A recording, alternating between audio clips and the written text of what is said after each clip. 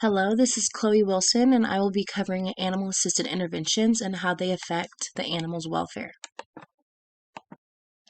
So starting off, we have learning theory.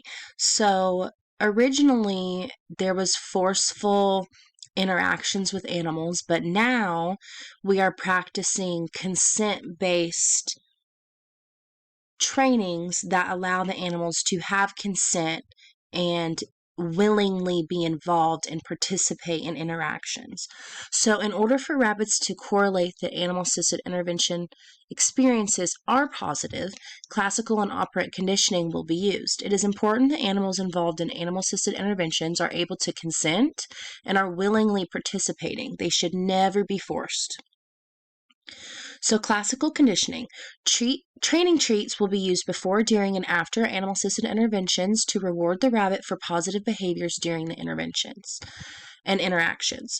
Rewarding the rabbit with its favorite treats will make the rabbit's experience positive and continue to motivate the rabbit during sessions. It will also teach the rabbit that every time they're going to an intervention, they know what they're getting into, they know it's positive, and they will actually be excited for it. They will look forward to it. Operant conditioning. A training clicker will be used to positively reinforce the positive behaviors from the rabbit when interacting with the patient. This will increase the positive behaviors from the rabbit during animal-assisted interventions and motivate the rabbit to repeat these behaviors during sessions and future sessions. Physical welfare. So this is extremely important. It is not only important during sessions, but also before and after. So where the rabbit lives will play a huge, huge role in their welfare, in their interactions. So rabbits require a very spacious indoor living area that contains a sleeping area, a feeding area, and a separate or extended caged area for exercise and free roaming. Rabbits should not live in a small wire cage like you see in pet stores. Constant hay and fresh water must be provided. They have a 80-10-10 diet, which is 80% hay, 10% leafy greens, and 10% rabbit pellets, which is where they get their nutrients from, their vitamins. Pellets provide nutrients and needed vitamins to the rabbit's diet, but should be given in a small amount daily, and timothy or orchard grass should make up most of the rabbit's diet. Leafy greens should be fed in a small amount daily. Rabbits should have annual vet visits to evaluate the rabbit's health, and ensure there are no underlying health issues, which this could cause negative interactions if they do have a health problem. It will show in interactions with humans. Rabbits should be housed indoors for maximum life expectancy with a large pen that has rabbit hutch for sleeping and separate exercise area. Male rabbits that are not neutered or bonded should be housed separate to prevent aggression, interactions, and injuries. Their living area shouldn't have any objects that could injure the rabbit nor trap the rabbit. Wires and cords should be covered at all times and out of the rabbit's access. And this goes for where they live and also during interventions if the environment has open wires, things that they could hurt themselves on, that should be fixed before animal-assisted interventions. So, psychological welfare. There's so much that goes into psychological welfare of rabbits, and this directly affects animal-assisted interactions and interventions. So, on the social aspect, before sessions, rabbits should have had free roam time before animal-assisted interventions to ensure friendly and social behaviors. During sessions, the interactions, the rabbit should be rewarded with treats for friendly interactions. After the session, the rabbit should be returned to its home to relax and free roam. Responding to communication from the rabbit.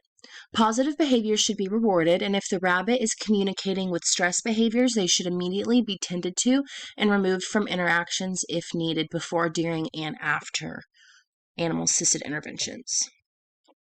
Feeling safe and trust in humans. Before session, the handler should spend time with the rabbit before to see how the rabbit is feeling and acting.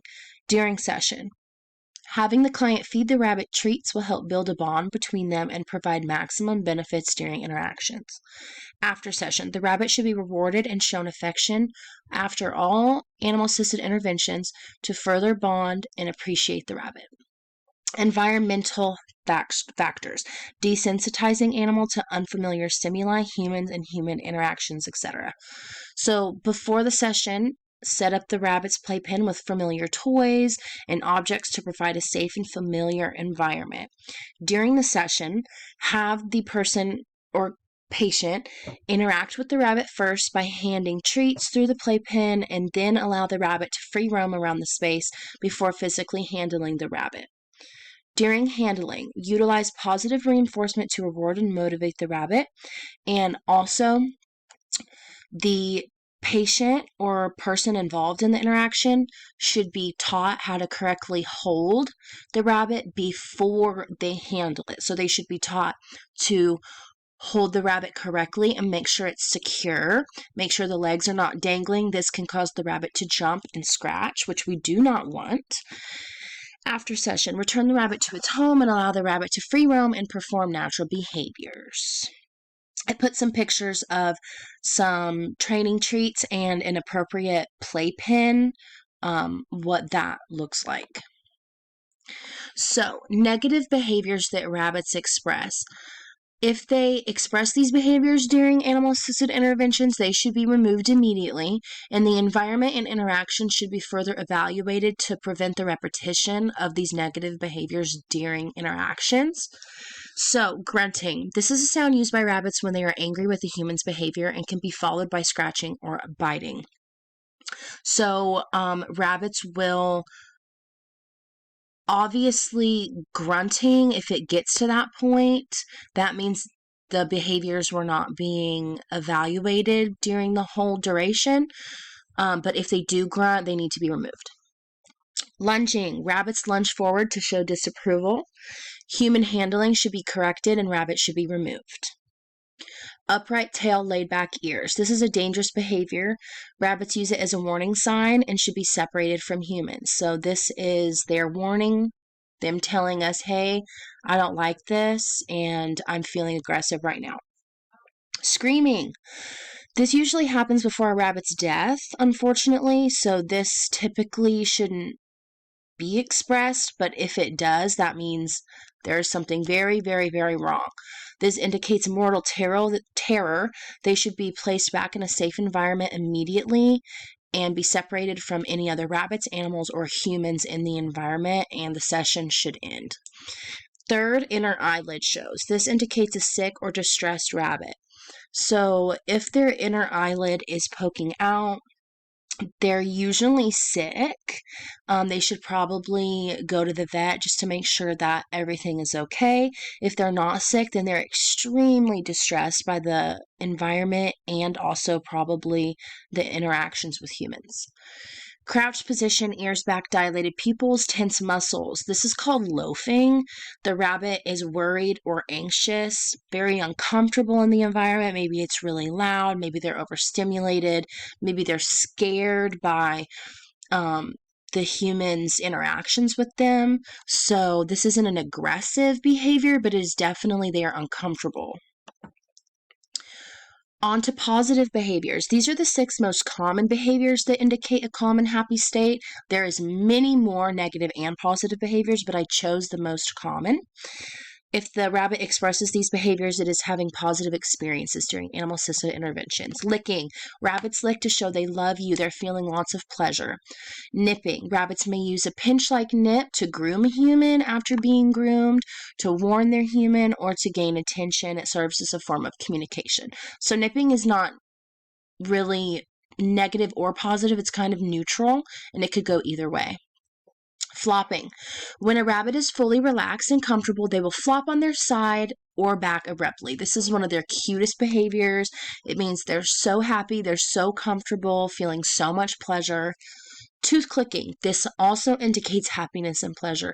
They will kind of grind and tap their teeth, whether you're holding them, petting them, you will feel them do this, and they are very, very, very happy. Nose nudging. Rabbits will nudge to express that they want attention. So let's say you're sitting there and you're not really paying attention to the rabbit, you're just talking. The rabbit may do a hard nudge on your arm or your feet. This could mean they want attention or they're hungry. So another form of communication. Laying down. Rabbit is stretched out on its side. This indicates REM sleep. Rabbit stretched out on its belly also indicates a relaxed state. If they're laying down and sleeping, they are prey animals, so that means they are extremely comfortable with you, so this is a great sign. Tools during animal-assisted interventions to ensure the rabbit's welfare. So all of these things help improve and keep a positive welfare state during interventions, before interventions, and after. So training treats and fresh veggies are great for bonding the client and the rabbit throughout interactions. It's important that the rabbit learns to trust the patient, and the patient will be rewarded by a loving bond with the rabbit. Rabbit enrichment toys should be available throughout the room with a playpen so that the rabbit and the client can interact with each other. The rabbit is finding pleasure in this.